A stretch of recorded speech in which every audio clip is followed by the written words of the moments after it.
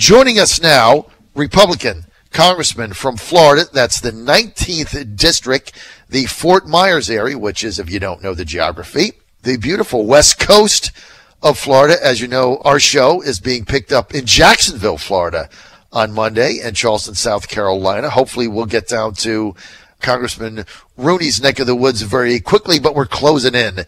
Congressman Rooney, great to have you with us, sir. Thank you for having me on. Okay, so, well, we got a lot to talk about, short period of time, Congressman. Let's start with this memo, the Republican the Intel Committee, asking it for to be released. The president says he's going to release it based on his information. Look, people want transparency. They want to see what's in this thing. What do you think of this?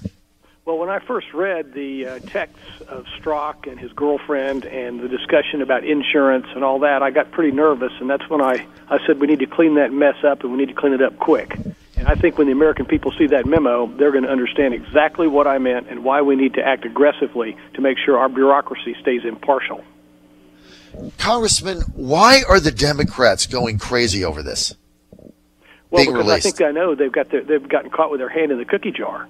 And imagine the ranking minority member of the Intel Committee saying the American people are too dumb to understand it. That's liberal elitism at its worst. Yeah, that's basically what he said on CNN last night. And then Nancy Pelosi coming on, the minority leader. And you know what I thought was an unbelievably duplicitous statement? Nancy Pelosi saying, well, why should this be released when everybody in the Justice Department hasn't read it thoroughly? Isn't this the same Nancy Pelosi who said, pass Obamacare to see what's in it before you read it? What have I missed here, sir? I was hoping you were going to bring that up. That's exactly the case. It's just one more example of Democrat double talk and dissembling about the truth. So this memo comes out. The American people are going to be able to see exactly what is going on. I know you've seen the memo, sir, and you're privy to it based on the committee that you're in. What do you think the reaction will be, sir? Well, I think the American people always get it right sooner or later. They got it right when Roosevelt tried to pack the court. They got it right when Andrew Jackson tried to steal the bureaucracy, which seems to be what Hillary Clinton was trying to do here. And they're going to get it right now. And they're going to see that things were done based on defective information. Things were done that shouldn't have been done. People were talked to during a presidential campaign that should not have been going out and doing that. And I'm looking forward to the being vindicated for having called very aggressively, more aggressively than anybody, to clean this mess up.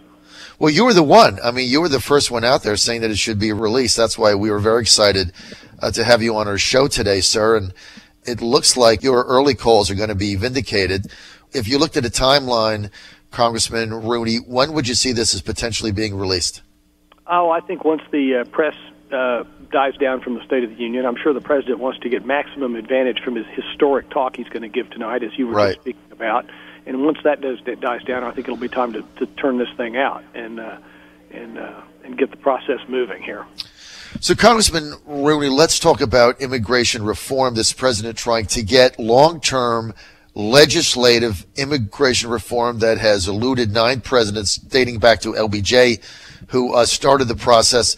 But let me ask you this, and I just want to get your straight-out answer. So I go on CNN, as you do also, and for a year, the Democrats have been yelling, the kids.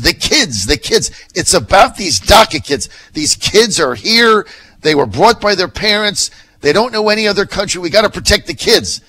So the president says, okay, I understand. I heard you. I'm going to protect the kids. I'm going to take not only the 800,000 DACA applicants, but you know what? There's another million who never even applied because they were afraid to get on a registry. So we're going to take your 800,000, triple down, give you virtually 2 million kids, give them a pathway to citizenship, amnesty, even though I campaigned on the opposite agenda, but I believe in compromise. I got to get 60 votes in the Senate, and so I'm going to protect the kids. And then the Democrats say, well, we want chain migration. We can't do this. We don't want this wall. We can't do that.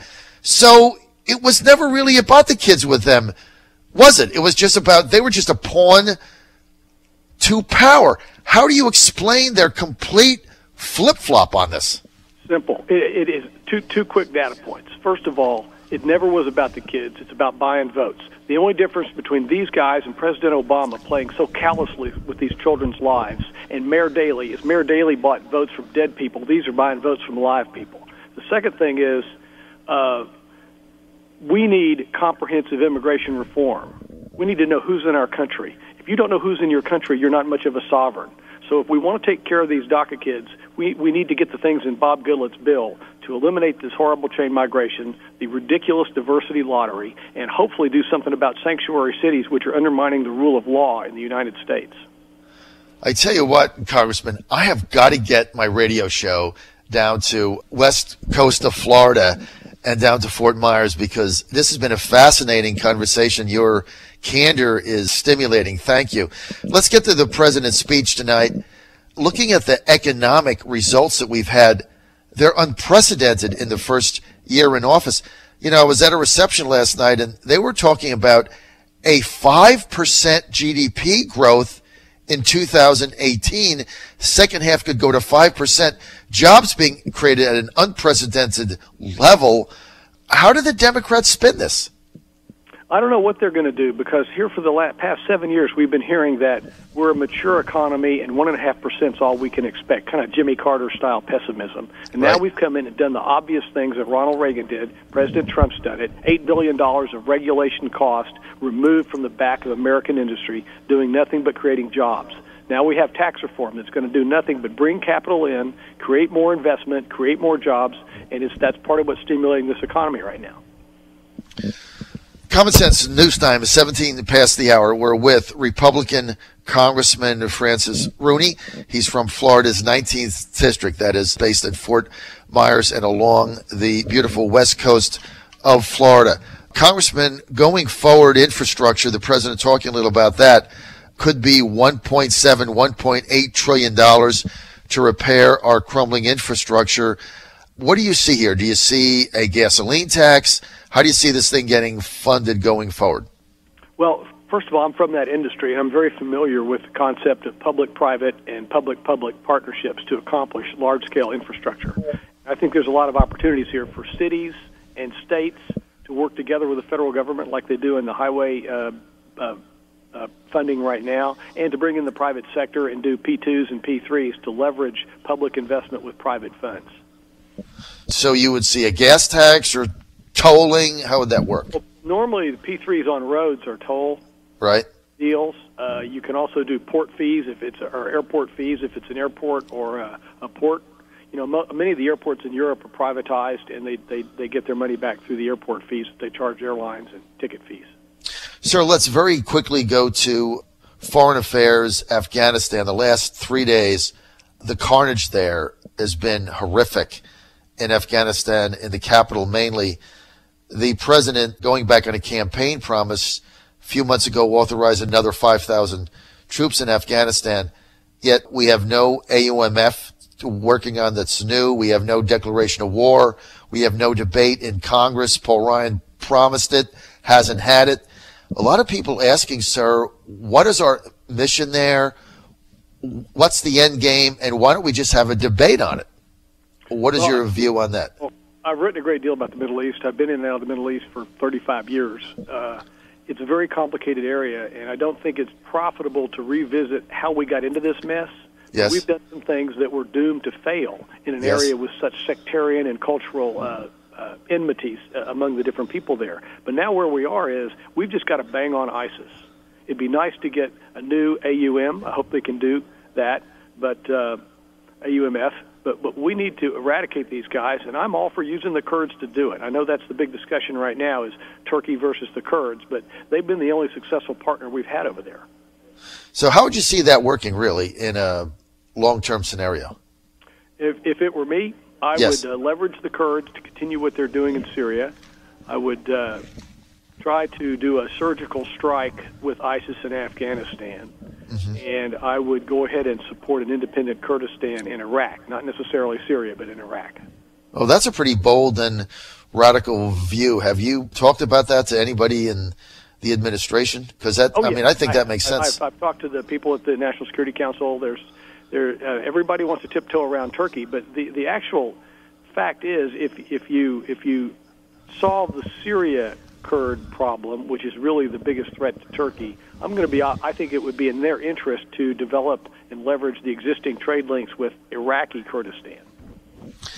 You know what? I think you're spot on with that. You're really the first person in the House of Representatives that I've heard go down that path. I mean, at least that's a pathway rather than what we've got right now, which you go down the same path, sir, you end up in the same place. All right, final question. Immigration reform, what the president laid out, trying to get a compromise. Look, the reality is Leader McConnell is not going to get rid of the 60-vote cloture rule, even though the president has asked him to do that, is not going to happen. So how does he get to 60 votes? Well, remember the old Wendy's hamburger ad, "Where's the beef"? These Democrats in the Senate voted in 2013 as part of a comprehensive immigration reform to get rid of the diversity lottery, to get rid of chain migration, to add a lot of money for border agents and skill development, and to increase, they called it fencing, now we call it a wall, but it's the same net effect. So if they did it then, why don't they just do it now? That's a good question to ask, right? Why don't they just go ahead and do it now? Yeah, right? Sometimes Makes around sense. here people wake up like it's the first day of their life or something. It really is. All right, Congressman, I know you're almost out of time. You got other interviews to do today. I appreciate you being so gracious with us.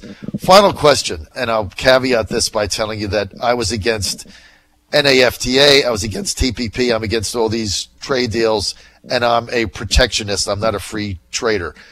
President last week slapping 2 tariffs, one a 50% on washing machines, made me laugh.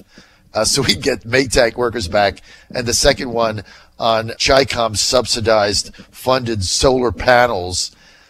What do you think of this? Well, first of all, there isn't such thing as free trade. There's freer trade, and it's always a balance between how much of a trade deficit do we want to sustain to support the rest of the world versus taking care of our people. I think you kind of hit the nail on the head there. I'm probably a little more nuanced about that than what you're saying. I mean, there's times where we need those trade relationships, especially for the security aspects of them. There's times when our domestic companies can leverage their competitiveness with offshore suppliers. But in the case of Mexico, it quite possibly has gone too far in terms of a negative trade deficit with the United States. $71 billion is what the president told us yesterday. Annual trade deficit, $71 billion. You know, you talk about Mexico funding the wall. If we had just a 10% tariff on goods coming from Mexico, that would fund $7 billion toward the wall. You'd pay for it in 36 months. Now, of course, it isn't as easy as that, but $71 billion trade deficit. When we started NAFTA, the trade deficit was in the U.S. favor. Now it's $71 billion in Mexico's favor. Thanks for being with us. We appreciate it, sir. We will have you back. Congressman Francis Rooney, representing Florida's 19th congressional district. That's the Fort Myers area. He is a Republican. Sir, thank you very much. Thanks for being with us.